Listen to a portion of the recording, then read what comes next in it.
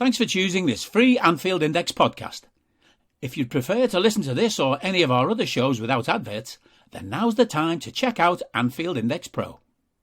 With AI Pro, you can supercharge your entire listening experience. You'll not only get all of our podcasts without the ads, but you'll have them far faster with our Quick Publish feature available exclusively for subscribers. AI Pro also puts you in the heart of our sound studio, with an option to listen to many of our shows live and interact with the podcasters in real time as the shows are recording. Upgrading couldn't be easier. AI Pro is available on all popular podcast platforms, and we have our own apps for Apple and Android.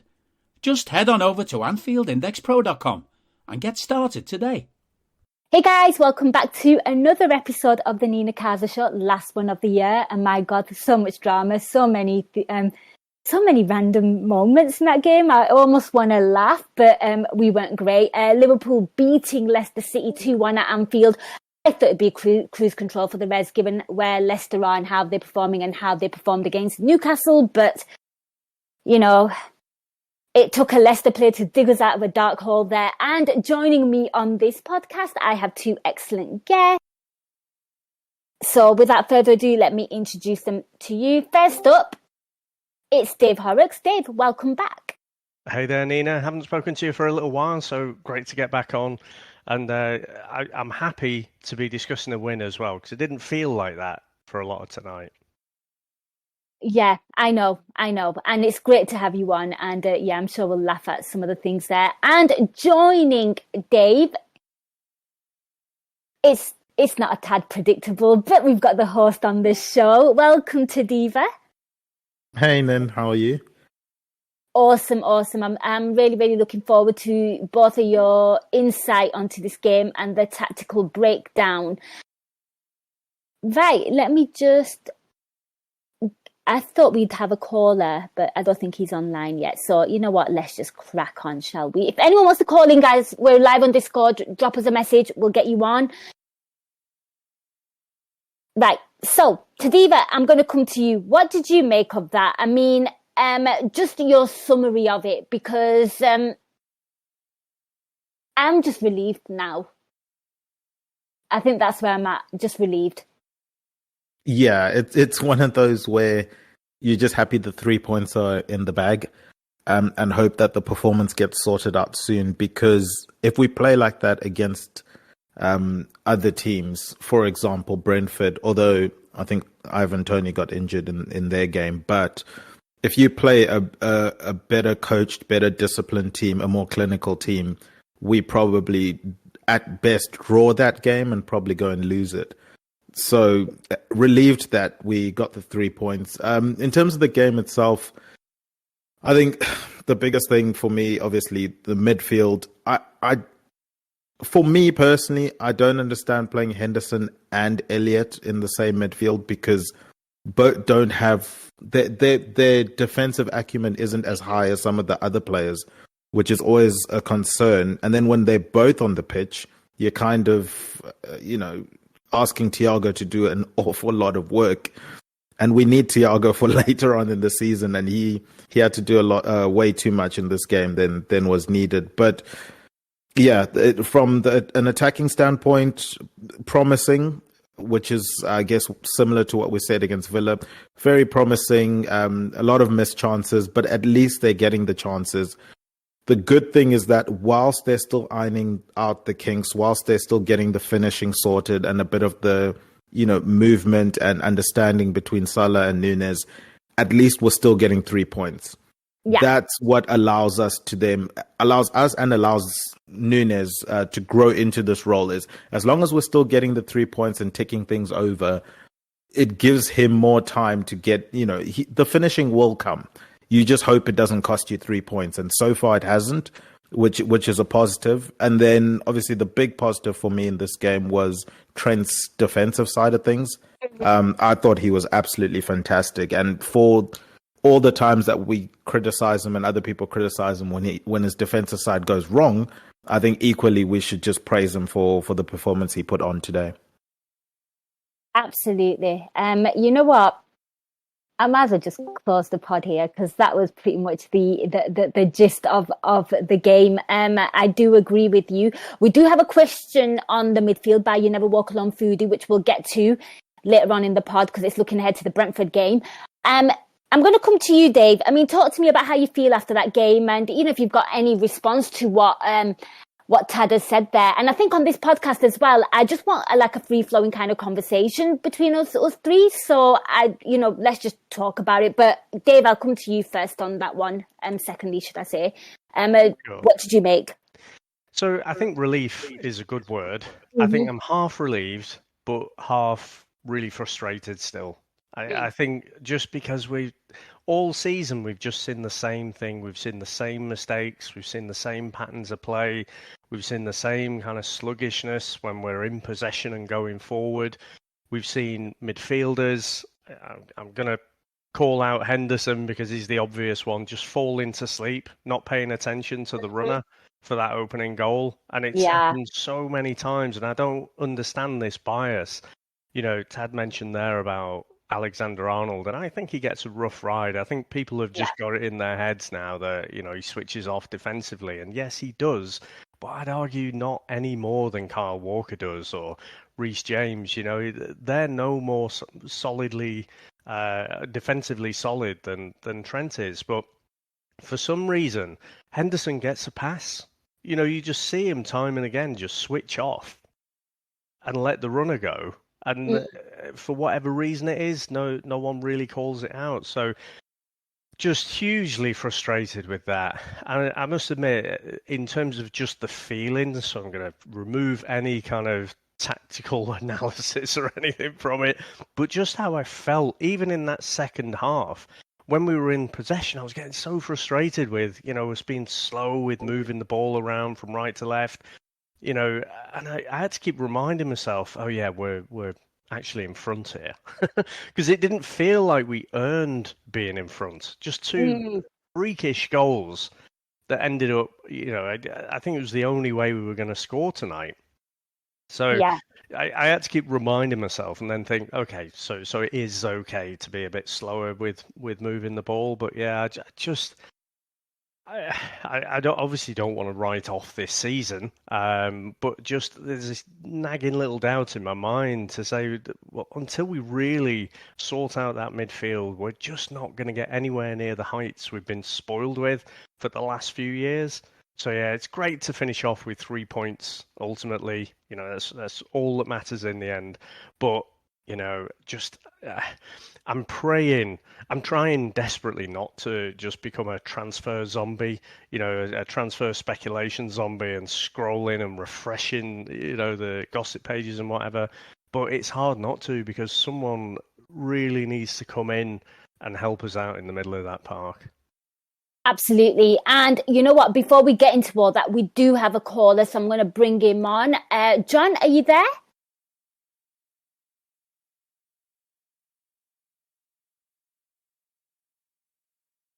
Hello, Nina, can you hear me? Yes, we can. Yes, we can. And before I let you kick on and say what you need to say, I have a really, really bad memory. So can you type in your Twitter handle in the Discord chat so I can use it for the tweet? Thank you. But yeah, fire away. Yeah, Happy New Year to everyone. It's good to finish off the year with 3 points, even though it wasn't that pretty. And I just seen the stats for the game there actually on Sky, and we had over 25 shots and a 2.07 XG or goal expectancy. I couldn't see it in that game. I don't, it's just one of those games where we just done what we had to do. But again, listen, Nunes, we've been watching him now for 5 months. How long can we say that this guy can't keep missing these goals are going to come? You know what, they're going to come, but he just seems to be too hot-headed. I don't know. He blasted one over the bar right in front of goals, and he seems to be linking up with Salah better, which is good. Henderson, just a bad game today. Robertson, I don't know. Robertson's just pumping out Jekyll and Hyde performances now, and I think it's a position we got to start looking at as left back. because I don't think Tsimikas is good enough, and Robertson's declining. I really do think there's somewhere we got to go left back too, but where does the money come from? I guess. Ox again, listen, he shouldn't be paying for Liverpool. He put in a good performance, or he put in the best performance he could put in. His best performance is not deserving of Liverpool. But hey, we got 3 points, and that's all we can ask for, I guess. Thanks, guys. No, I love it. Everyone's just summarising how they're feeling. You can tell it's like the end of the year. People just getting stuff off their chest. And you know what? Let's talk about this. And guys, let's talk about how this game kind of started for me, because it was like the total polar opposite of what happened against Aston Villa, where Liverpool kind of pretty much started off with intensity and got the early goal. And I was like, oh, Liverpool not behind. This is rare. I could get used to this. But you know what? Old habits die hard. And here we were, round about in, and Dewsbury Hall, that guy again, I'm pretty sure he scored against us last season as well, pretty much scores like a really, really easy goal. It was almost embarrassing how, that ball, the way he kind of controlled it through the midfield. Everyone's backing off. He makes a mug of our midfield, and I think Hendo was close to him, and then makes an absolute show of our defence. And it was just really, really sloppy overall from Liverpool. It was almost like switched off, and that was quite frustrating. And that's what got me kind of quite angry. The fact that in those moments, I kind of just want someone to just kind of, close him down, just put in a challenge, get a yellow card. I don't care. Just do something. Don't just back off, and that's what really got on my nerves. So you know what, guys, talk to me how you felt about that, because for me, it was like the worst possible start.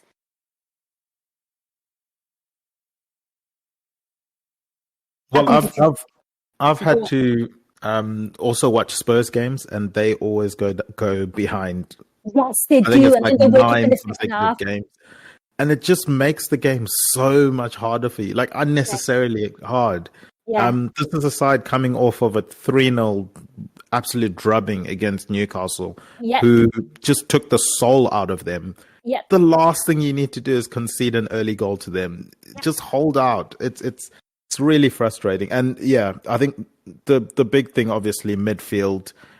If ever there's a game that Klopp can point to say to the powers that be, I need a midfielder, it's this one. The amount of runners that were just coming through from midfield was just unacceptable, really. And oh, man, hopefully someone comes in, because I think we've seen that either we don't have the personnel that can do it at the moment, or we don't have a manager that's willing to change the shape to accommodate the players that can't do it. Like, you got to pick a struggle in that sense. Either you change the way you play to fit the current players that we do have, or you buy players that can play the way you want to play. And we kind of mixed in the middle at the moment. And I think it's getting to that point where we now need to buy the players that can play the way the manager wants to play. Because sentiment aside, the players that are currently there in midfield can't do it at the moment. Certainly not the ones that are fit and are being requested to play in this game. I mean, Thiago had a really good game, but even he doesn't necessarily have the legs to go for a full season. We know we're going to get max 25 games from him in a season. So there are going to be times when you need someone to play that left-hand side as well. So yeah, there's a lot of issues there, which I guess is more to do with the transfer podcast. But for this game, I'm just disappointed that we allowed Leicester to get as much confidence as they did in this game, when it was a team that was already beaten before the game started, considering how they played in their last game. Yeah, that's what really, really pissed me off as well, because I kind of watched the highlights and against Newcastle, and I was like, you know what? This is good. This is good. And then to concede that kind of goal. And Dave, I'm going to come to you. I mean, what did you make of it? Because for me, it was just so sloppy. It was kind of unprofessional. Some of those guys are like international footballers, like Henderson, like represented England, Virgil van Dijk, Robertson, representing Scotland. I mean, not in the World Cup, but, national player. It was just embarrassing. I just can't believe that we kind of did that again. and conceded a goal again. And I like the fact that Tadiva made that comparison to Spurs. We are very much like that, like in the sense that Spurs just wake up in the second half. But I just don't like us conceding these sloppy goals, because if it wasn't for those two own goals today, we're talking about a loss. Yeah, and for my whole life, it's never been a good thing to be Spursy. It's just never a good thing. So I don't know. I mean, for me, it almost starts off when the team sheet comes out and you realise Fabinho, he's probably our best player against Villa. He started to look a bit like his old self, and you look and you see kind of Henderson and Elliott together in that midfield, and you're thinking, well, surely we've got enough quality elsewhere. It's our first choice. Pretty much, you could argue maybe Konate comes in for Matip, but it's close to our first choice back five, and then so surely we can compensate for a weakish midfield. But I thought Leicester did really well. I thought they closed off all the different passing channels, even up to that 4th minute when they scored the first goal. Like, you could see they seem to have more players than us. They seem to press us when we were in possession at the back, and then we couldn't find any space up front as well. It was another one of those. So many teams have done it to us this year. You can't think every team just plays well against us. There's something we're doing as well. And again, I think it is that just lack of intensity. But I haven't had a chance to see the goal like 4 or 5 times. I've seen the replay a couple of times, and I can't wrap my head around exactly what happened to the defence. The only thing I can guess is that attackers have taken Matip and Van Dijk away from the centre.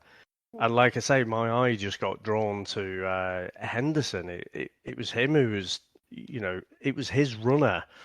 And the most dangerous person is always the one with the fucking ball. And he had a half-hearted kind of slight kick out, not even a challenge at him, and it was just ridiculous. I don't know if you follow, there's a Twitter account called Crap 90s Football, and it just, honestly, in my memory, 90s football was a lot better than that, but you watch it and it's rubbish. And you see goals like that all the time on there. You just don't expect to see it these days. Everyone's so much more tactically aware. But it was really, really poor. And again, it was a team failing, if you like, but because Henderson is the closest one, he's lost his man again. I just have to point the finger at him. And unfortunately, you've got about an hour, haven't you, in terms of getting the team sheet and thinking, oh, well, are we going to be able to cope with this? Leicester aren't great, so, we should be able to be okay. But all your fears in that first 5 minutes are realised. And, it just got worse. Until the goal, I thought we were shocking. Again, all the passing lanes seem to be closed off, and you're thinking, well, that's got to be part down to Leicester, closing them down, but also it's lack of movement on our side. And everyone just seemed to be not doing the simple things well. I would say even Thiago and Trent, who I thought were excellent in the second half, but even in that first half, I would say the first half of the first half, I thought they were pretty terrible as well. All the passes were going astray, and we were just, leaving ourselves vulnerable. Because if you can't simply find a red shirt, you're going to be in transition and be caught on the back foot. And there's no other team in the Premier League that's better than Leicester than hitting you on the break. So, it was just not quite the whole first half. I would say most 80-90% of that first half was incredibly disappointing. But I think the first goal obviously put us on the back foot. But if you're going to concede, do it straight away, and then you've got the whole of the rest of the game to try and get it back. That is your mantra, Dave. And you know what? I might follow Crap 90s Football on Twitter now. You've sold me the Twitter account, so I will probably follow that just for laughs. It might look like a copy and paste job of some of the defending this season by Liverpool, but Good. I will give it a go. I mean, Tadiva and Dave, whilst we're talking about the midfield, because I do think that, I think Thiago had an awful lot to do, given the fact that, both of those two other midfielders are not very good in a defensive sense. I mean, even, somebody like Hendo, who apparently likes to play the doesn't like to play the sixth role, but we've had to make shift and do with him this game, looked really, really uncomfortable. And I felt like after the game, he had a few ropey passes. His touch wasn't great. He was playing loose passes. He was beaten on the ball in very, very dangerous areas where they were quick to transition. And that kind of gave me like a lot of anxiety and things. So I want to get back to You Never Walk Alone Foodie's question. I know we're kind of jumping the gun here. So there aren't an awful lot of options. We're hoping the Reds strengthen in the transfer window just for the season in general. But who is going to be your starting midfield then? I mean, what do you do? Do you think him giving a Naby Keita little minutes here and there signals that maybe Naby Keita comes into the mix with things? I'm intrigued to see what you guys think. Will Fab be back, or will he get extra time? I know his apparently, I think his missus is in labour or something. So please talk to me. I'll come to you first, Tad. Are you that person who has everything? The coolest merch, and those must-have fan threads? Well, over at our Anfield Index shop, we've gone that extra mile when it comes to pimping up your Liverpool collection. From our popular range of bespoke design t-shirts, sweaters, hoodies and hats, to our signature edition mugs, prints and coasters, all provided with fast worldwide shipping. We have something for every red. We also stock official LFC merchandise and are licensed with the Premier League and UEFA to sell official iron-on shirt badges and sleeve patches. As a listener to this podcast, you can get 10% off everything with coupon code AIPRO10. Just head over to AnfieldIndex.shop or find us on Etsy by searching for Anfield Index. Yeah, it's a tricky one because you don't really want Henderson starting 3 games in a row in quick succession. 2 seemed like too much for him in any case. Henderson's best games are usually after he's rested for more than a week. So that is a big concern. If Fabinho can't play, you'd almost imagine Henderson's going to play in the next game, which then puts up the red flags for injuries.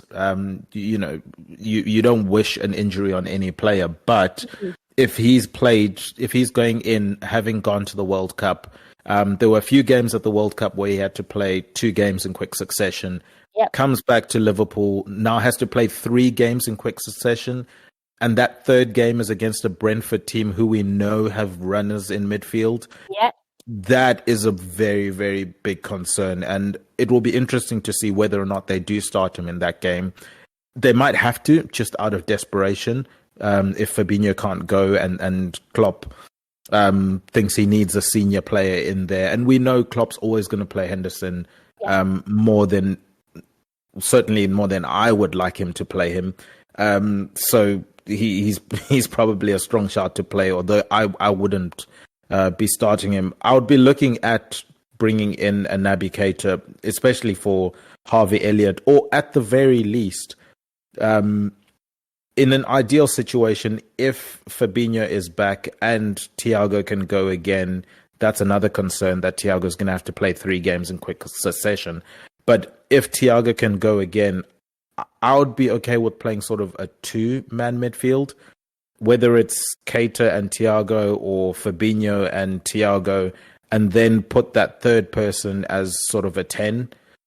But I guess that means putting Salah out wide again, which seems to be something they're not so keen for. He's very tucked in now, almost like a 2-man up front. Yes. So it highlights it highlights how desperate we are for a new midfielder to come in that we know has quality and has the fitness and I guess robustness to be able to play games. But yeah, if Fabinho is fit, I would like Fabinho, Thiago plus Keita as some sort of midfield variation there.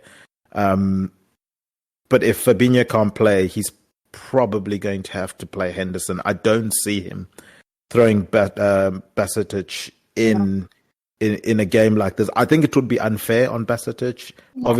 Obviously, you know, the fans will always back a young player coming in and root for him, but it's going to be such a tough game against Brentford. They're very well coached. Yeah, what is it going to do to him mentally as well? Do you know what I mean? Yeah, exactly. Absolutely.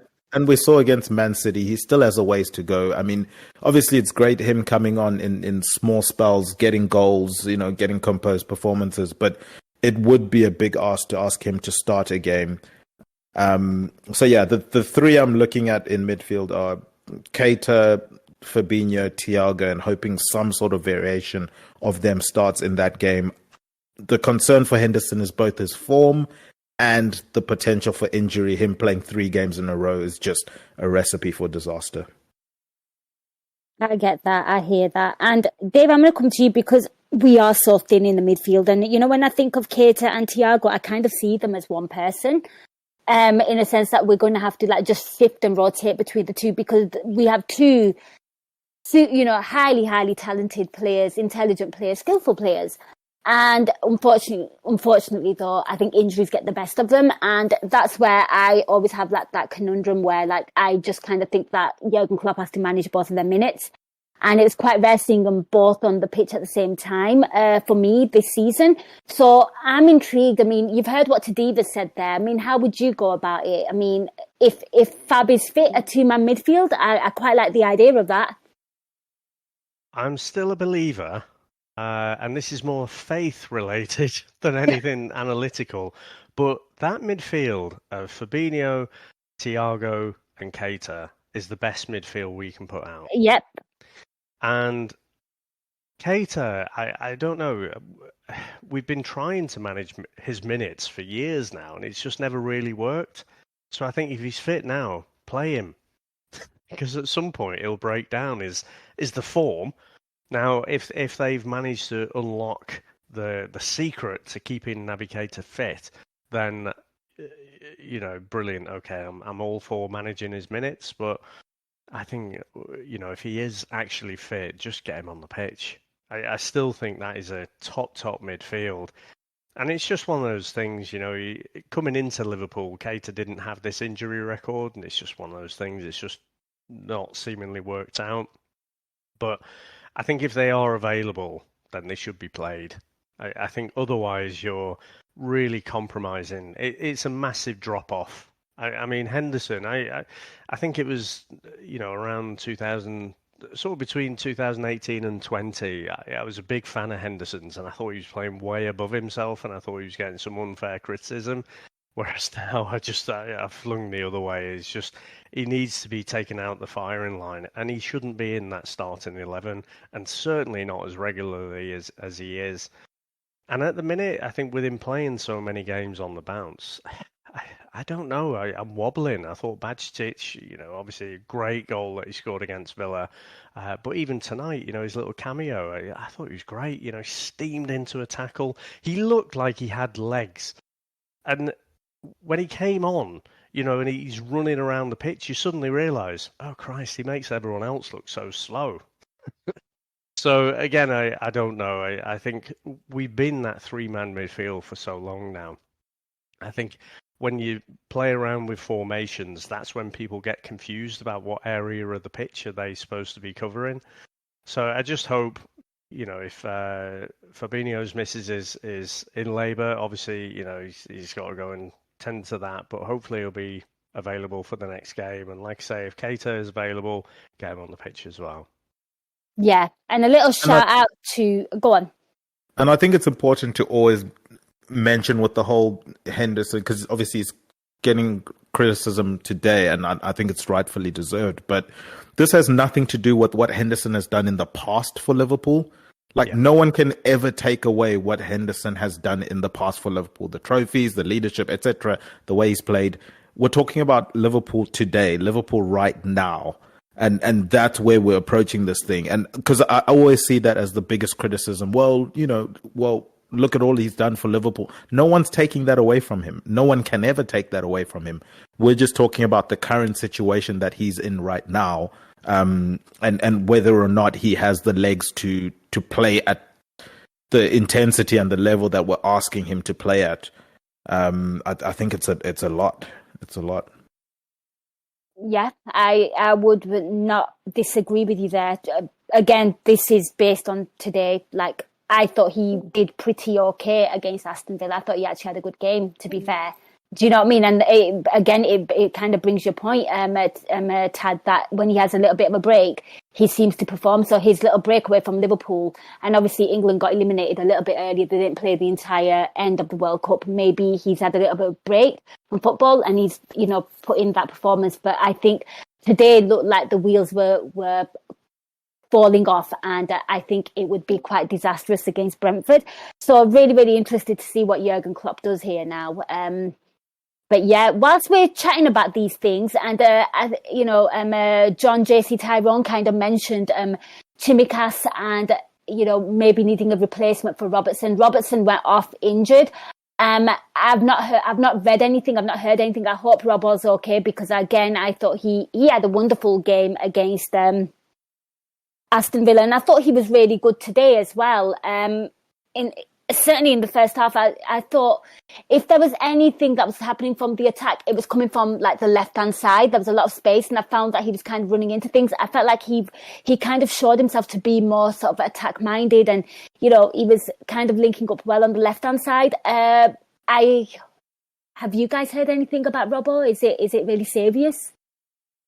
I've not seen anything. I mean, I thought he showed plenty of running in the first half, and he wasn't on his own, but I thought he was pinging passes astray all over the place. So I just don't think he's been that sharp. But he's constantly got a new wing partner, hasn't he? For the last few years, he's had Mane in front of him, and they were such a potent threat down that left-hand side. He pings a ball into Mane. He knows it's going to stick, and he can get off on a run or, back off and give him an option. Whereas, having constant wing partners change, I think can only be disruptive. So I feel like, even Tsimikas, we were raving about him for the last couple of years. He got a few assists himself, and, he looks a capable understudy to me. Replacing him is not the problem. I think, even though we've conceded a lot this season as well, I don't think there's a massive problem in defence that we have to solve. For me, I think the focus is in midfield. Yeah, I'm with you there. When obviously John was making the point, of course you want the best to be, you want the best option to come off the bench. That is the sign of an elite team. But I'm just looking at that midfield, and you're looking at it and thinking, it needs a massive, massive refresh. And to some degree, it kind of pisses me off that our attackers do get injured, because as great as it is to, sign a brand new shining attacker, I do feel like, the focus has just ever so slightly been taken off the midfield, because we have this desperate need to have an attacker now in Gakpo, because Diaz is out injured. Do you know what I'm trying to say? It just pisses me off. I mean, don't get me wrong, when they're all fit, we're going to be stacked in attack, and that's going to be great. But there is a desperate, dire need to refresh that midfield. I mean, Tadiva, what do you make of the Chimikas chat, and also Robbo's injury as well? I think it's difficult for Tsimikas in that we don't rotate our fullbacks sort of each game like other teams do. You come in at very, very sporadic times, and to have that match fitness is very, very different to just being regularly fit. So I think that's probably been the downfall for him, is I never know when I'm going to play, really.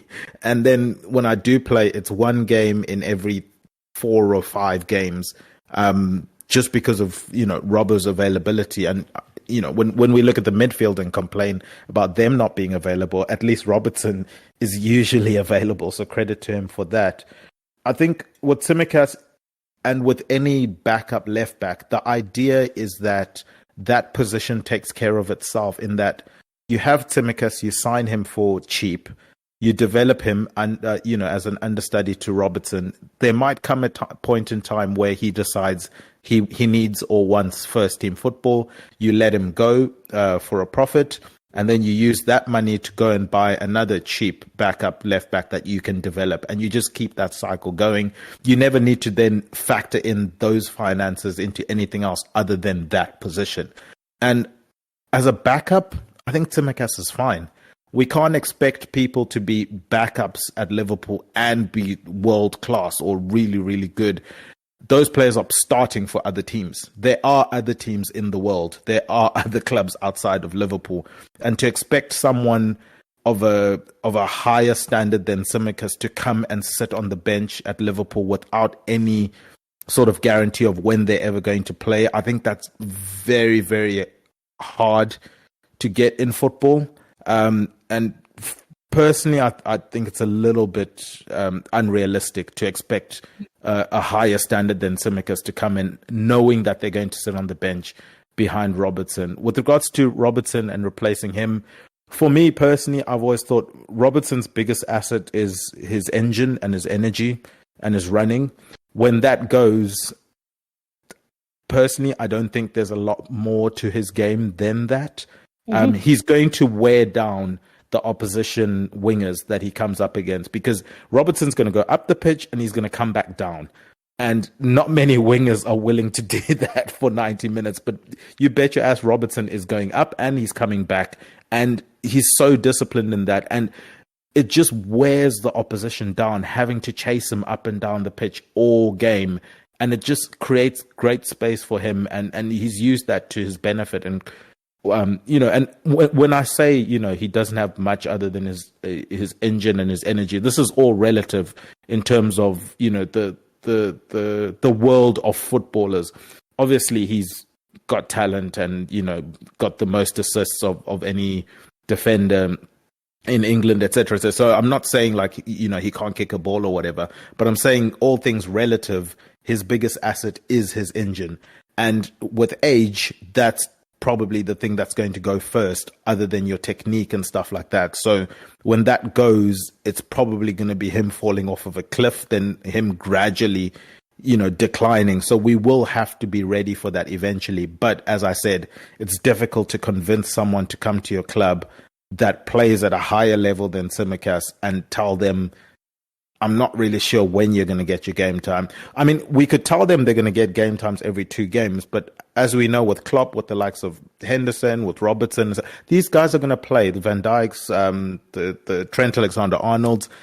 How do you convince someone to come, be a backup to Trent? The guy is going to play every game that he's available. Those type of things. These are maybe the things that aren't, and I hate using this phrase because sometimes it's a bit too disparaging, but these are the things that maybe in FIFA or Football Manager you can do to bring in 2 world-class fullbacks and sort of rotate them. But in real life, it's very difficult to then convince someone to come and be a backup to Andy Robertson. Yeah, JC Tyrone goes, when you talk about his engine, that his engine's gone. I don't know, but I'm still okay with Andy Robertson. Like, for me, he's not a glaring issue personally, John. I understand what you're saying as well, that, keep it fresh, keep it now, keep it young, let's not have the same problems. For me, there's bigger glaring issues with the likes of, obviously, we've seen what's happening with Henderson. The fact that we've got players like, hopefully we can ship them on, like Oxlade-Chamberlain, which you've mentioned, the fact that James Milner as well, I want to see what's happening with these kind of players. I think that's where the refresh first needs to happen. I think that's where I think the deadwood needs to go, in my opinion. I'd love to hear your thoughts, listeners, whether you agree or disagree, your thoughts on Robbo as well. But yeah, let's move on. And I'm going to come to you, Dave. I want to talk about the attack, because Núñez, again, for me, was absolutely wild. And even in the first half, he almost tried to recreate the Bajcetic goal. And obviously Salah was on the end of it. And I think that was in the first half. But he was just constantly trying to do something. He was lively. He was in all the right positions. So talk to me about the attack. What did you make of the attack? Of course, Ox was playing out on the left, which is rare, unique and unusual. And it probably wasn't to his best, shall we say. But what did you make of the attack? Yeah, so I thought Ox played surprisingly well against Villa. I've not seen him play like that for about 4 years, I don't think. I thought in that 2018 season, he was amazing before he had his big injury, and he's just never come back the same since. And generally, he's looked sometimes like a player who's won a competition and just come on and just looked completely out of his depth. I didn't think he did. He had a very Ox-like game. I felt like today, just didn't really do a great deal, gave away the ball quite a lot, didn't particularly create anything going forward. Nunes is such a divisive player, and I saw there was a comment in the chat earlier about, come on, he's cost all this money, he should be finishing these chances. I tell you what, for me, I won't show my hand because we'll talk about that, I'm sure, later, but he was the best player on the pitch for us, without a shadow of a doubt, in that first half. In the second half, I think there were a few better performances there. But, I don't think we had a single shot on target. If you don't consider that one where Nunes hit the post and the guy, does us a favour and smashes it in, brilliant. If you don't count that as being on target, we didn't have a shot on target that whole game. It's just. I remember their keeper making a save as well. I don't remember Ward making a save as well. No, and we know he's not great. We know he's all right, but he's not like a top Premiership keeper, is he? So, it's criminal, really. We didn't make him work harder. He used to play for us. My word, where were we at? Yeah, I mean, I used to play at a low level in defence, and I look at the game and I just think he would be a fucking nightmare to play against, because his engine just, we were talking about Robbo's engine before, and Nunes just keeps going and going, and he takes the central defenders away into positions they don't want to go. Yes, I would love to see him put away some of those chances, or you know what, even make the keeper work at times. He just seems erratic with his finishing, but I tell you what, he doesn't half create chaos for everyone else. And so, I thought he was our best player tonight, and yes, I want him to put those chances away, but I think that'll come. I think it'll take a couple of seasons maybe, but we've seen this with many players before. There's not many who hit the ground like Torres, who first game, scores against Chelsea, never looks back. He was clinical finisher right from the start. But people like Crouch, even Suarez, he didn't have a great, clinical finishing start for us. And I just think he does need to calm down a little bit. He's so quick on the pitch. He almost needs to slow his brain down a little bit. And that's what, if I pick someone else random, someone like Bergkamp, someone who looks like he's got half an hour on the ball and, can see everything happening on the pitch in slow motion with a bit of experience. And I think with Nunes really believing that he deserves to be on that pitch, I think will come with time. But for the moment, I'm kind of okay with him just being that master of chaos and just, creating those chances for other people. But I just feel like we're going to have to put up with him for probably another season, maybe a season and a half, just being a bit erratic with his finishing. But it'll come. Hello, I'm here to annoy you. I'm here to annoy you into listening to more of me and more of others on EPL Index. We don't just have the Anfield Index stuff. We've got EPL Index as well, which covers the entirety of the Premier League. And we have 3 podcasts and a whole bunch of really good writing on EPLindex.com. The podcasts are my own two-footed podcast, which is every day at 4 p.m., Monday through Friday, covering the whole league. We have A Tad Predictable, hosted by Tadiwa. You know Tadiwa, he does Anfield Index. He presents A Tad Predictable before every Premier League match week. And then Kevin DeVries and his crew on the EPL Roundtable, they're every week after the Premier League match week. So make sure you listen to everything we're doing on EPL Index and follow us there on Twitter at EPL Index. Thank you. Bye-bye. Absolutely. I also love the fact that in the second half as well, he was, he flipping took on Fades, which we will get to his goals. But in the second half, he took him on, turned the defence inside out, looked up, waited for Salah to get in, kind of played a bit of a dodgy pass to Salah. It kind of comes back to Salah, and then Salah takes a shot. But you see great movement between them. There's also a 1-2 between them. And Lubo, our fact checker on the podcast, that's why he's on the live Discord, says Hendo had the only shot on target in the first half. Cheers, Lubo. This is the insight that we miss, and this is why you are so important to me and the Nina Kauser Show. So thank you. Look at me going up in the world. I have an official fact checker. So Ziva, I'm going to come to you. What did you make of the attack and just the whole overall front three and Darwin Núñez just being an absolute handful? Absolute handful. It was okay. They created more than enough chances to have scored themselves. I'm not concerned with Darwin missing chances at all. Like I have no concerns whatsoever with him missing chances. And maybe it's because that's my bread and butter. Strikers is my bread and butter of any position on the pitch. He's getting into really good positions. The finishing will come. We've seen in the past he's got finishing in him. It's not clicking at the moment. And watch, there will be games this season where he'll go and score, 7 goals in 4 games or something. And there'll be games where he'll go 3 games, 4 games without scoring. That's the nature of the beast with young strikers. The important thing is that they're getting into those goal-scoring opportunities. And you can see the evolution has already started with him, because go look at him at the beginning of the season. He came obviously from Benfica, where there was a lot more responsibility for him in attack. You're the one that has to get us the goals. And he kind of brought that with him when he came to Liverpool at the beginning. You could see as soon as he gets the ball, his head is down, he's driving, he's trying to get a shot off. That's all he did. Ball comes to me, head down, drive, try and get a shot off. And you'd have guys like Mo Salah sprinting right next to him. And maybe, to his credit, he wasn't used to people being as fast as Mo Salah, being able to keep up with him once he starts sprinting. But Salah would be wide open in space and Darwin would just take the shot anyway, because that's kind of what he got used to. And nowadays, he's starting to look for Salah. Before he decides to run with the ball, he takes a look up to see where is Salah. That's his first move the moment he gets the ball, is look up, assess where is Salah, where is everyone on the pitch. That's a huge step for him in terms of his development. So it is happening, and it is going to continue to get better and better. We just need to be patient with it.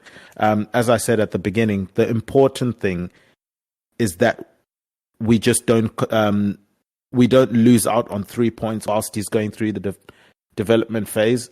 And then also one thing I will say with Núñez is the expectation he came with when we signed him, more so maybe because of the price tag that was involved, and also because City are bringing in Darwin Núñez. I mean, City are bringing in Erling Haaland, and there's obviously the lazy comparisons that come with that. Yeah. Is Darwin is being expected to be a finished product like an Erling Haaland. And he's really not. He's very, very raw. And the thing with Darwin is that's the type of forward that Klopp signs. Look at Mane before he came to Liverpool. Very, very raw. Mane would disappear from like December to March in seasons at Southampton. Salah, when he came to us, very, very raw. Who else has come in? Firmino, we had to change his position. Yep. Divock Origi, raw, young talent. Diogo Jota, raw talent that was playing out wide, probably played as a forward growing up. Luis Diaz, same thing. This is the type of profile that Klopp likes to work with, the raw talent that he can mold and develop. And we've seen that throughout Klopp's entire career. Go to his Mainz teams, go to his Dortmund teams, and then go to his Liverpool teams now. It's the raw talent that he likes to work with. So I think if people watched Darwin's games with that perspective, that it's a raw talent that needs time to develop, he's going to get better. He's going through the evolution. You can see he's starting to pick some of those things up. Maybe they won't be as stressed about it. But also, as I said, obviously, because we're Liverpool fans, we want to win games. We want to see our strikers score. We want them to do it right now as well. There is a lot of pressure on him. But credit to the crowd at Anfield, because Jody mentioned it when Salah missed a chance and when Darwin Núñez missed a chance, is that both missed really good chances, and straight away the crowd started cheering their names and chanting their songs. And she's like, that wouldn't happen at Spurs. They would be complaining and booing and, for you missing the chance. So as long as the crowd continues to do that, where if the Twitterverse wants to, lambast him and laugh at him and do clips and stuff like that, as long as the Liverpool crowd, any chance that they get, just continue to encourage them, because it's going to lift them up. It's going to continue to allow them to continue to go again and again. It will click. It will click with Darwin Núñez. I'm not worried with him at all. With Salah, it's interesting that he's coming more infield, which I think is good for him. I thought that was always the plan for him, similar to Ronaldo, where he started to, the older he got, the more central he came. That was the impression that I got with Salah in terms of his projection over his career, was he's going to become more central the older he gets. And then on the left-hand side, Ox, another player who probably, it's a game too much to be playing 2 games in quick succession, having not played a lot of football as well. But I thought he did okay. He's not the reason we could have potentially lost that game, I don't think, which is fine. He was fine. So yeah, the attack was okay. It will improve. They will become more clinical, but at least they're creating the chances, which I think for me is always the biggest concern, whether or not they're creating chances. Absolutely. And Tadeva, I'm going to stick with you, because let's go there. Right. 38 minutes, the own goal, the first one, Faye's own goal. I mean, talk to me about that one, because it was kind of hilarious, and it was a mix-up of the goalkeeper and defence, because Sky kind of did the replay and Ward actually screamed keeper, and obviously he didn't hear it and went for it, and I just found it absolutely hilarious. It was so unlucky, but I just, like looking back at that game, that we didn't deserve to be 2 up at half time, but obviously happily I'll take it as a Liverpool supporter. But I mean, what did you make of that? I mean, did you just laugh? Because I just found it hilarious. I can't lie. Because literally, I was just shocked. I was like, well, thank God we've got a goal, because it just didn't feel like it was coming for us. We needed that. Because we needed to go into halftime 1-1, I thought. So it was very fortunate. Worth mentioning as well, Salami's goal got flagged for offside as well. I mean, and that was probably the only chance where we looked quite clinical. But before that, we just looked really blunt. Yeah, definitely. And it is interesting that Leicester continued that quirk of in their games only one team scores. I think it's 9 games. I think of their past 12 games, there's only been one game where both teams in the fixture have scored. So even though we won the game, Leicester have continued that trend of only one team scores in Leicester games. But what are the odds of him not only lobbing the keeper with his clearance, but then it dropping right before? Like, that could have easily hit the post. It could have gone anyway. But yeah, very, very fortunate for Liverpool. I got irritated with the commentary. I was watching on Sky, and they didn't point out the fact that the keeper shouted. I think Jamie Carragher wasn't sure. He asked, did the keeper call it? It was so loud. I heard it. It was so loud. He said, mine. Like, he called for that ball. And I guess maybe, the defender didn't hear it, or as the defender, you're just like, I'll clear the ball and then we can discuss whether or not you shouted afterwards. But yeah, it was very fortunate for us, and it came at a really good time where we were desperate to get a goal and going to halftime sort of level. Otherwise, I think it could have been a tough slog in the second half. Yeah, absolutely. And Dave, what did you make of that? Because it was nice to see some really, really bad defending and a mix-up, and your team was involved in it. If anything, your team benefited from it. Nice. It was great, wasn't it? I mean, I can't remember a time like that where we've had the same calamity at the back. It's normally us, isn't it? Especially in the last few years, if we've conceded a goal. Remember that when we used to not concede many goals? It would be something freakish that's led to that. But to get 2 gifts like that, I just thought the first one was pure comedy, because there was just nothing really on. I mean, it's something you see 100 times. In a few games, Trent cuts on the inside, whips it in with his left, but you're just expecting the defender to boot it away, and he couldn't. If he attempts to strike that ball 1,000 times, I reckon one time it goes exactly where it went. The rest of the time, he makes a far better connection, but it just perfectly lobbed the keeper. And I thought, like I say, I think Leicester will feel a little bit unlucky tonight, because they should do, because the 2 goals that they conceded, and I thought they did play quite well. But, I think Rodgers could have stuck him up front, shouldn't they? He obviously had the goal-scoring touch tonight, old face, or however you pronounce it. But, yeah, I was just delighted. But I thought at that moment, right, that is a gift. Now we should kick on and take the game by the scruff of its neck. Never really happened. I don't think. I thought we played better in the second half, but for the remainder of the first half, I thought we were still quite sluggish. So I thought, well, we're going to have to make a second goal happen. I was quite glad to be wrong about that. Absolutely. And you know what? Just having a memory of like the replay of that own goal, I just loved watching him look over and watch the ball go into his own net. Like, I felt bad for the guy, because actually he's been one of their better defenders this season, and which is quite funny. If you just watch this game in isolation, but he's been like the guy that's been quietly just been getting on with it for Leicester when they bought him in the transfer window. Right, guys. And Dave, I'm going to stick with you, because when it rains, it pours, and second own goal. I mean, just Darwin Núñez, was an absolute menace for that one, in my opinion.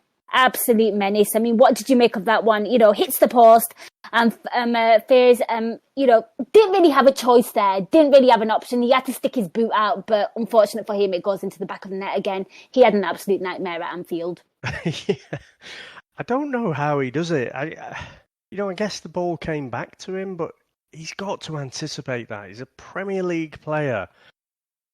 And either the ball is going to nestle in the back of the net, or it's going to bounce back at you. So he's got to anticipate that. And I just think there are not many players who would make that same mistake. So I was delighted that he did. When I saw it bounce back off the post, I was gutted for 2 reasons. I really, really wanted Núñez to score.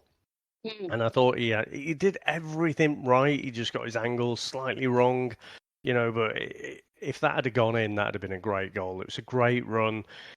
Again, if he gets that yard, he runs so quickly with the ball, the defender's not catching him.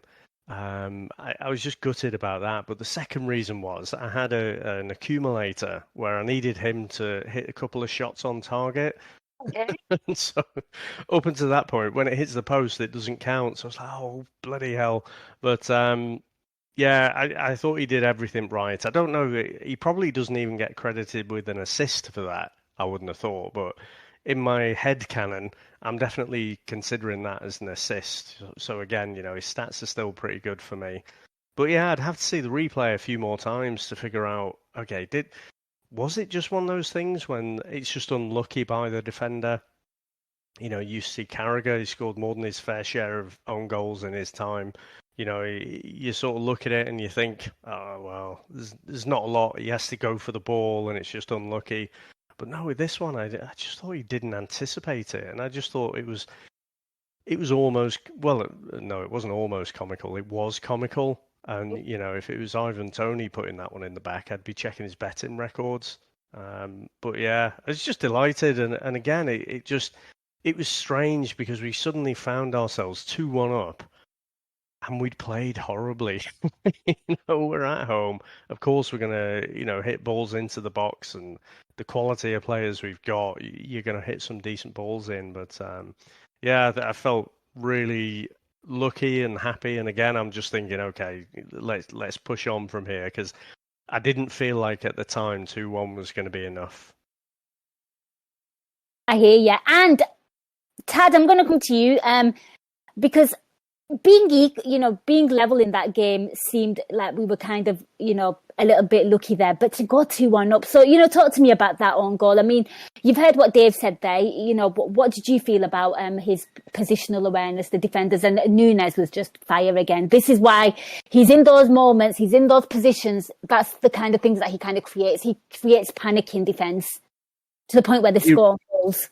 Yeah, he really does. And I thought, obviously, great first-time ball, because I think it's at that point where Leicester's defence were pushing up.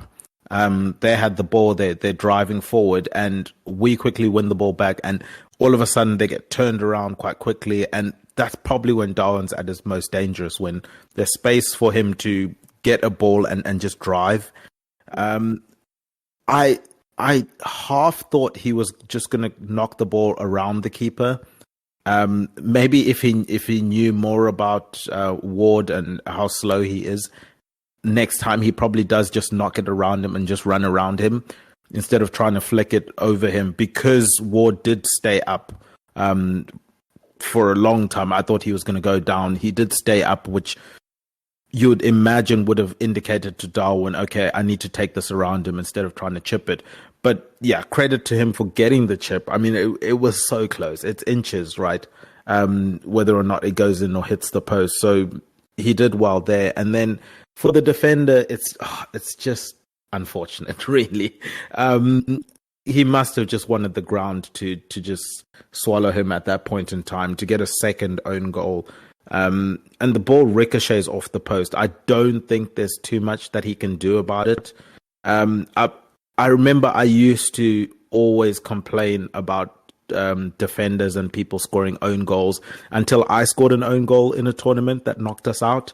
And there was literally nothing I could do about it. The ball just landed at my feet unexpectedly and it went in. So I have a lot more sympathy for people that score own goals after that situation. So yeah, I don't think the defender can do too much. It just ricochets and he's not expecting it to get to him that quickly.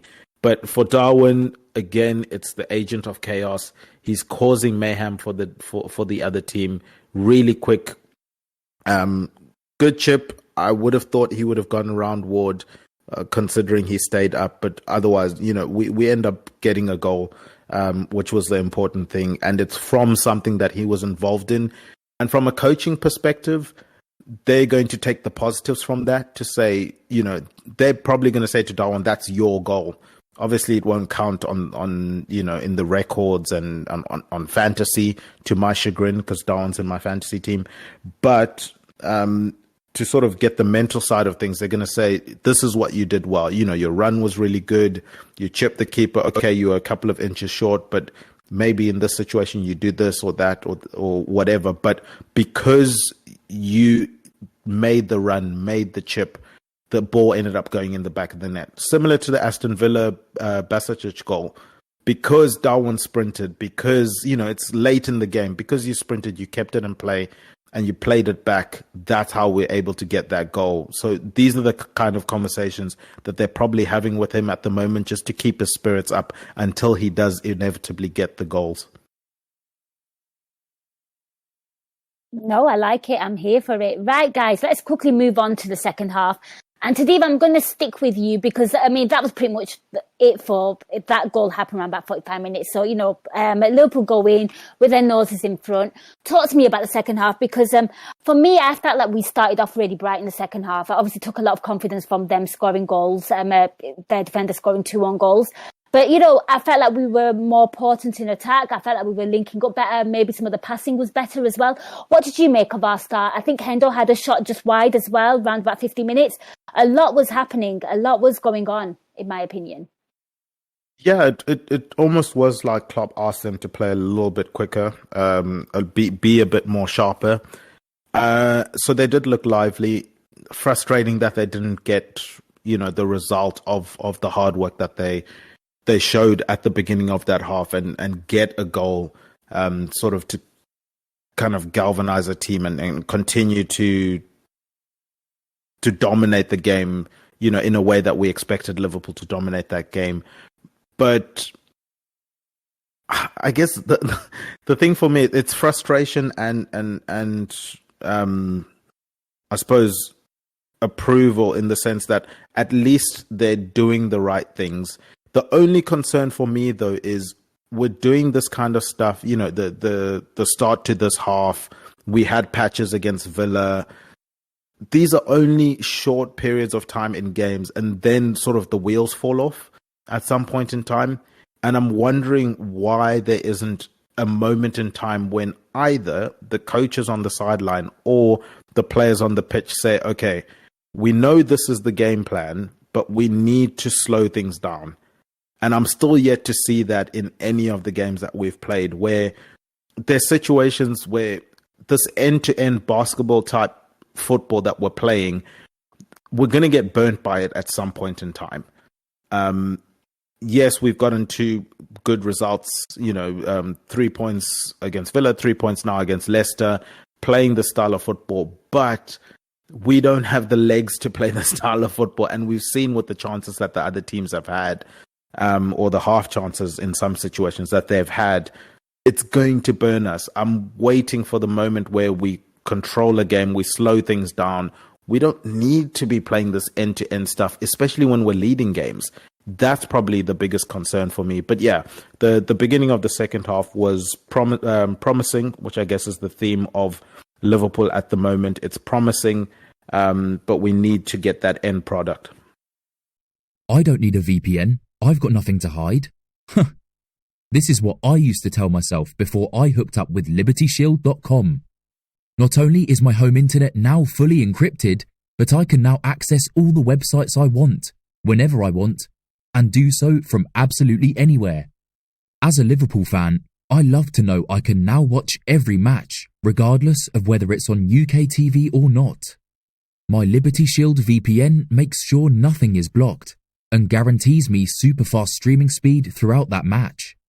You can get connected right now with their software package, which includes a 48-hour no-obligation free trial and instant access to their apps for Apple, Android, Fire TV, PC, Mac, and Android TV. Or go a step further like I have and get one of their pre-configured VPN routers. These small but powerful devices allow you to easily connect every device in your home to VPN, making it the perfect solution for smart TVs, Mag boxes, and games consoles.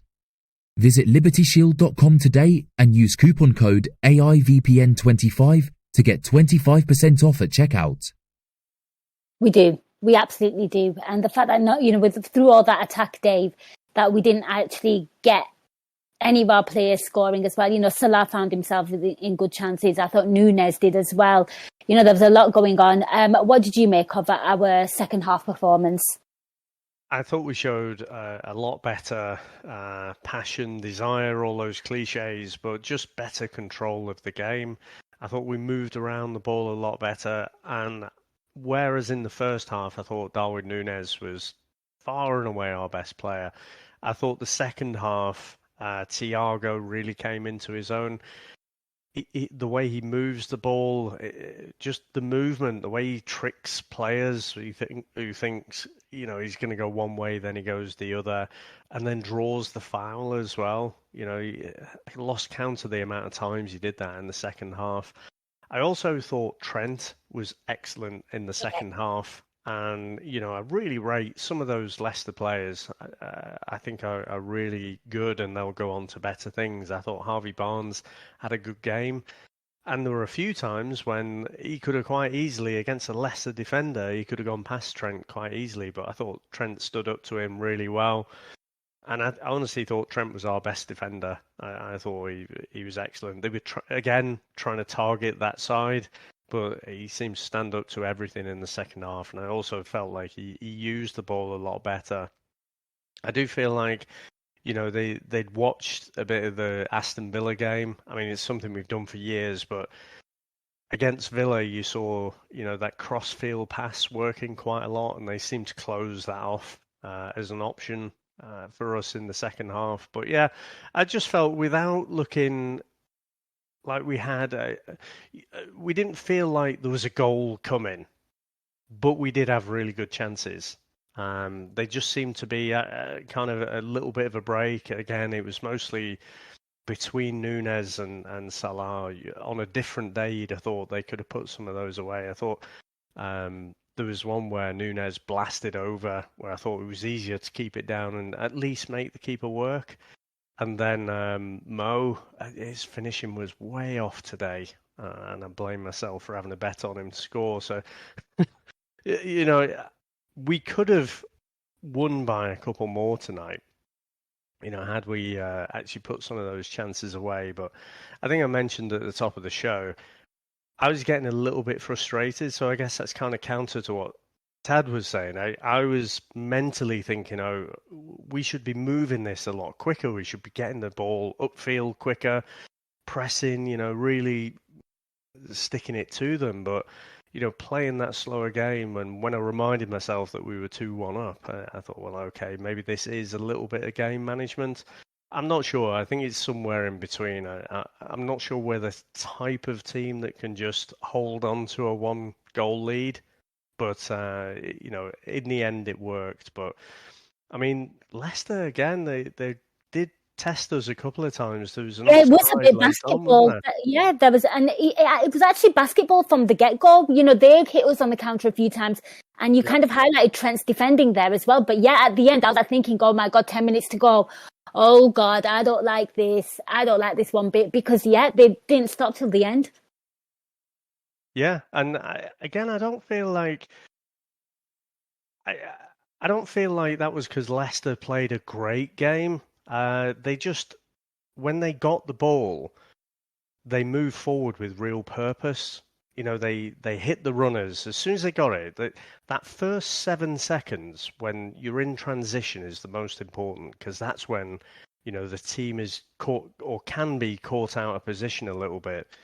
And I just felt like, especially when you got Vardy, he's so mobile at up top, isn't he? And I felt like I think he was the one who was offside when he sort of squared it to Harvey Barnes, and he ends up hitting the bar, but he was offside anyway. But it just seemed to be 1 or 2 passes that were catching us out. And, I don't really feel like we should have let ourselves be exposed to that, because like I say, when we had the ball, we weren't particularly moving it forward with any sort of urgency. It was more that kind of laboured build-up that we've seen all season. But, like I say, I don't want to be too down on the team, because ultimately we did grind it out. And I think by the end, it was 2 freakish goals. But I think if you look at the possession, you look at the big chances, I can convince myself that we did actually deserve it. I like it. I like the convincing. And Tadiva, I'm going to come to you because, did you at any point feel secure? And also your thoughts on Trent Alexander-Arnold, because I think you touched on the fact that you were really impressed with his defensive work today. So now's a chance to kind of talk about that, certainly in the second half, when Leicester did try counter-attacking us a few times, and also just his positional awareness. And, of course, the 2-1 lead is never a secure one. Oh, I was nervous the entire time. Yes. Because I think of the thing I mentioned earlier, where this basketball style football, you'll win some and you will draw some and lose some. You take that, you take the good with the bad with that style of football. There are going to be times where it's going to burn you. So I was worried this was going to be one of those games.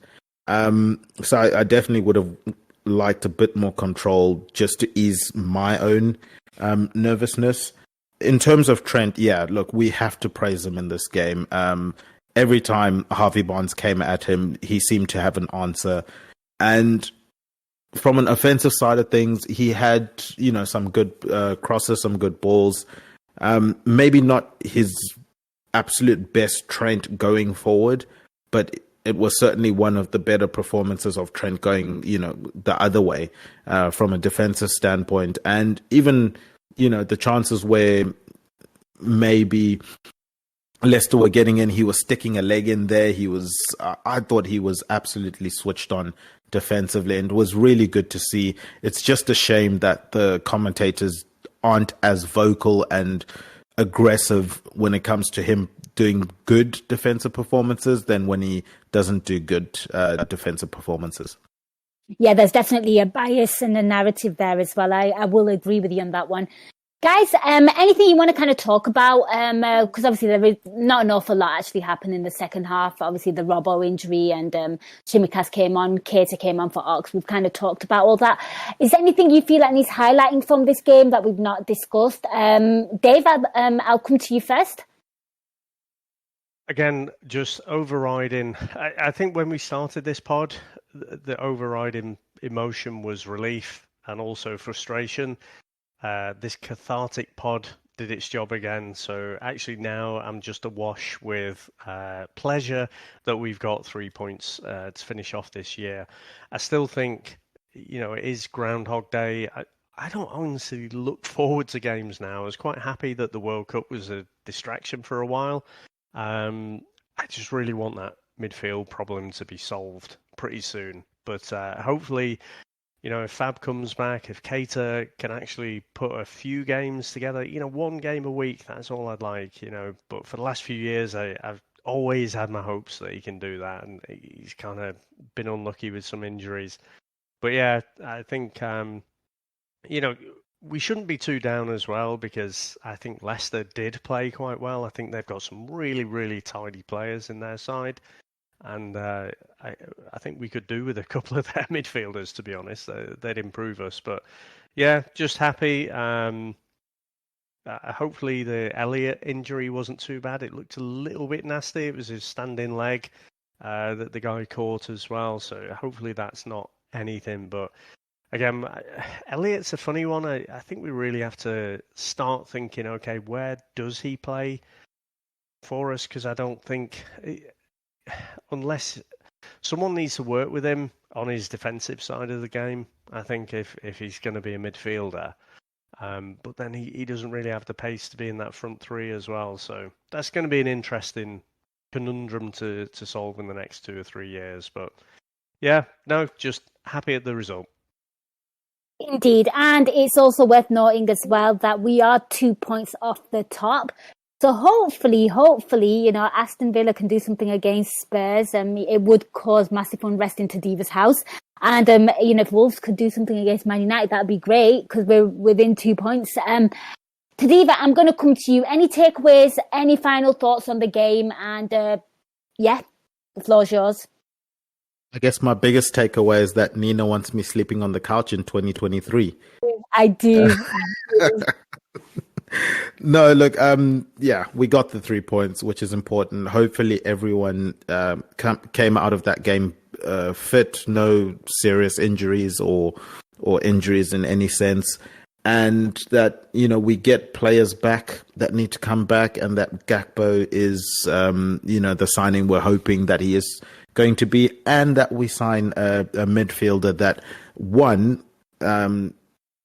improves our midfield, and 2, Klopp would actually play and start, because we've signed midfielders in the past and Klopp has still played the same players way too much, in my opinion. So hopefully it's a midfielder that comes in that matches both those things. And then the last thing is the attack looked promising. It's going to come. Hopefully it comes sooner rather than later. Absolutely. Right, guys, before I let you go, man of the match. Tadiva, I'll stick with you. Who's your man of the match and why? Oof. Man of the match, it was between Thiago and Darwin for me. I'm going to give it to Thiago because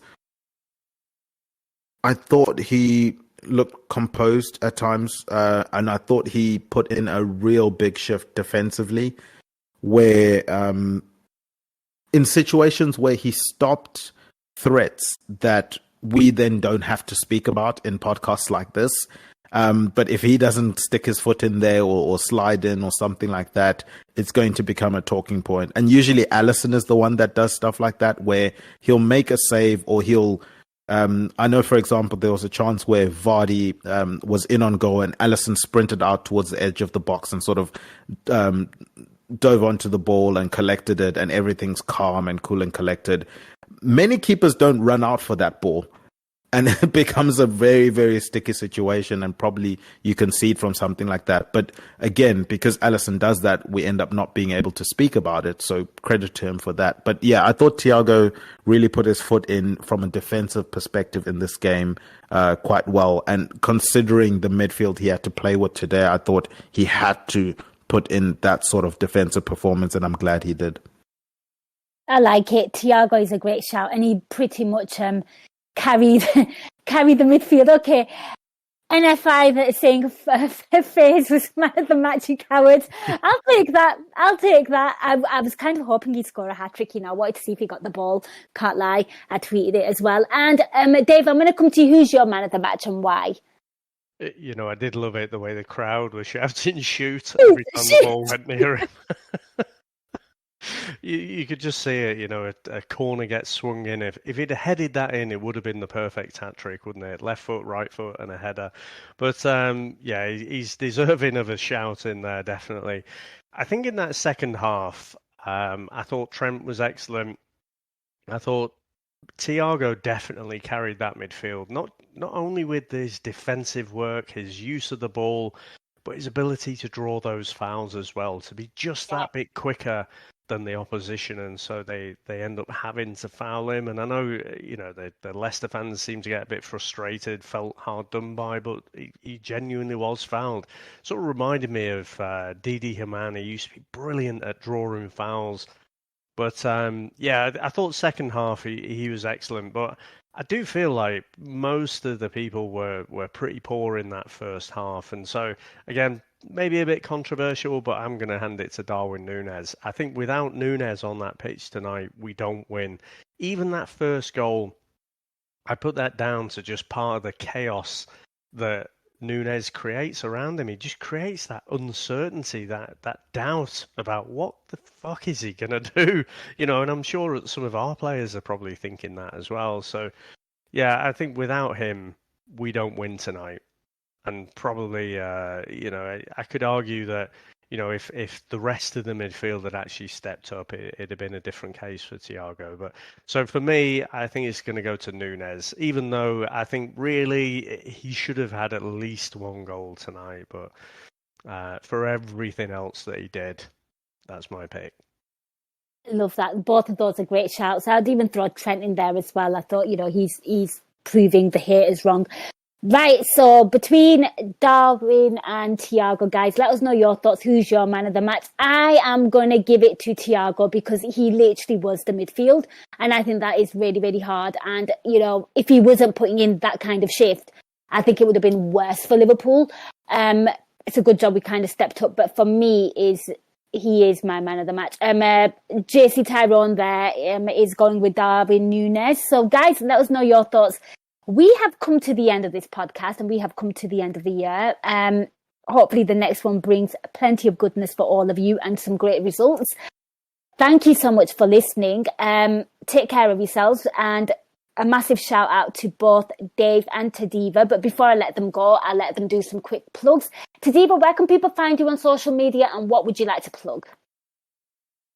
Social media, I'm at Tad Predicts on Twitter. And then if you guys could also follow A Tad Predictable, the podcast that I host. We do scoreline predictions and previews of all of the game weeks for Premier League games throughout the season, which is really, really fun. We get fun guests.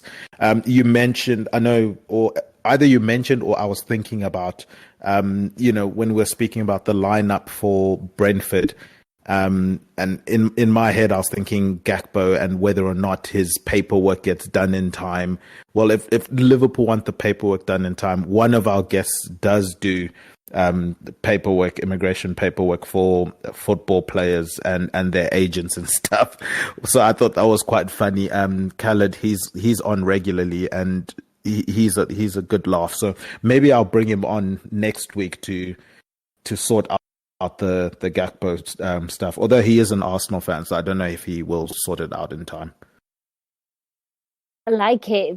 Well, I'm sure people will be absolutely glued to that and how it kind of unfolds. I've not heard anything as well. I'm sure Jurgen Klopp will give us details in the press conference ahead of Brentford. I'm sure lots of journalists will be asking him the very same question. And Dave, I'm going to come to you. Where can people find you on social media, and what would you like to plug?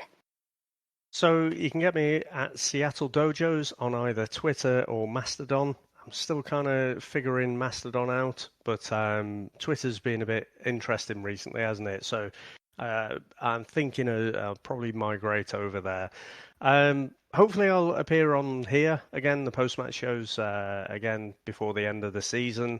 Otherwise, you can find me on the VHS Strikes Back podcast, where we review kind of mostly 80s and 90s movies. And next week is Cobra with Sly Stallone going back to 86. So tremendous amount of fun I have with that. I love it. You really do review like really, really quirky films. So I urge everyone to go and check Dave's podcast out and give him a follow, and give Tadiva a follow as well, and the Tad Predictable podcast as well. Do give it a listen. It's awesome, exclusively on the EPL Index site. Guys, thank you so much for listening. I will be back for Brentford. Oh my God, I've had 5 weeks off and now it's all systems go. I am tired. Relentless. I know. Guys, thank you so much for listening. Thank you to everyone that joined us live. Thank you for making this show everything that it was this year. And take care, and I will be back post Brentford. Till next time, up the Reds. We hope you enjoyed listening to this Anfield Index show. Please be sure to subscribe to our channel so future podcasts find their way to your device automatically. There's nothing quite like fan engagement, and we'd love to know what you think of anything discussed on this show. The best way to get in touch is over on our free Discord community, where both podcasters and listeners debate the hottest LFC topics 24/7. Sign up free now at AnfieldIndex.com/Discord. You won't regret it. You can also follow us on Twitter at Anfield Index, and find us on Facebook by searching for Anfield Index. Oh, and before you go, we'd love it if you could leave us a 5-star review on your favourite podcast app. It only takes a couple of seconds, and it means the world to the people who create these free shows.